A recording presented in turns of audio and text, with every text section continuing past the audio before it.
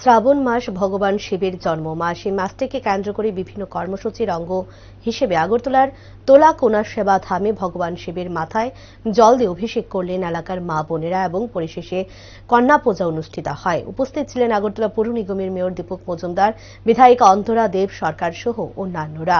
এ বিষয়ে বিধায়িকা অন্তরা দেব সরকার বলেন, সেবা ধামে কলসি যাত্রা করা হয়, পুকুর থেকে জল এনে ভগবান শিবের মাথায় জল ঢালা হয়। শ্রাবণ মাসের শেষে গোটা রাজ্যবাসীর মঙ্গলার্থে শিব পূজাটি করা হয় এবং তিনি গোটা রাজ্যবাসী সহ পরিবারের সুস্থতা কামনা করেন। থাকবে আজকের এই অনুষ্ঠানে।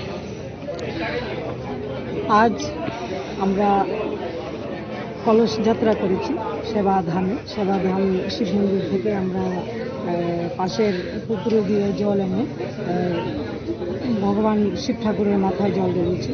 তো শ্রাবণ মাস শেষ, তো আমরা সবাই মঙ্গলারতি, রাজ্যবাসীর মঙ্গলারতি আজকের শিব পূজা হয়েছে।